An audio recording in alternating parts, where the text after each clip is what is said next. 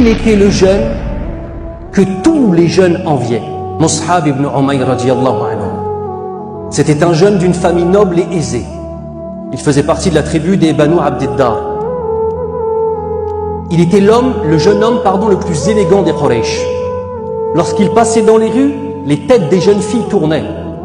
Il mettait des parfums qui étaient si précieux et qui valaient si cher que lorsqu'il était passé dans une rue, si toi tu passais après lui, tu sentais encore son odeur.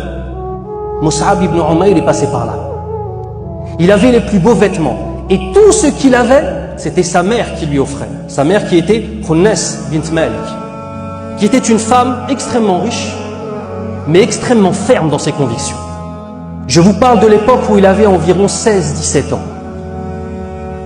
Comme vous le savez, à cette époque-là, les hommes se mariaient très très tôt, mashallah, tabarakallah. C'est pas comme aujourd'hui, ils ont 30 ans, c'est encore des adolescents dans leur tête. 30 piges, c'est des adolescents. Allahu musta'an.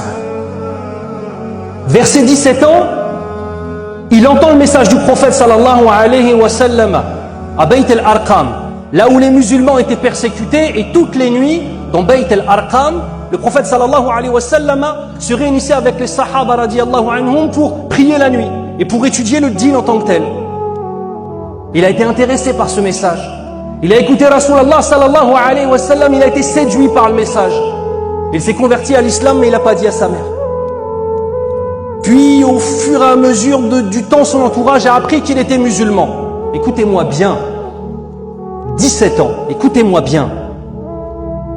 Sa mère l'a menacé de le renier. Il n'a pas lâché l'affaire. Sa mère lui a coupé les vivres. Il s'est retrouvé à être comme un SDF. Il n'a pas lâché la foi.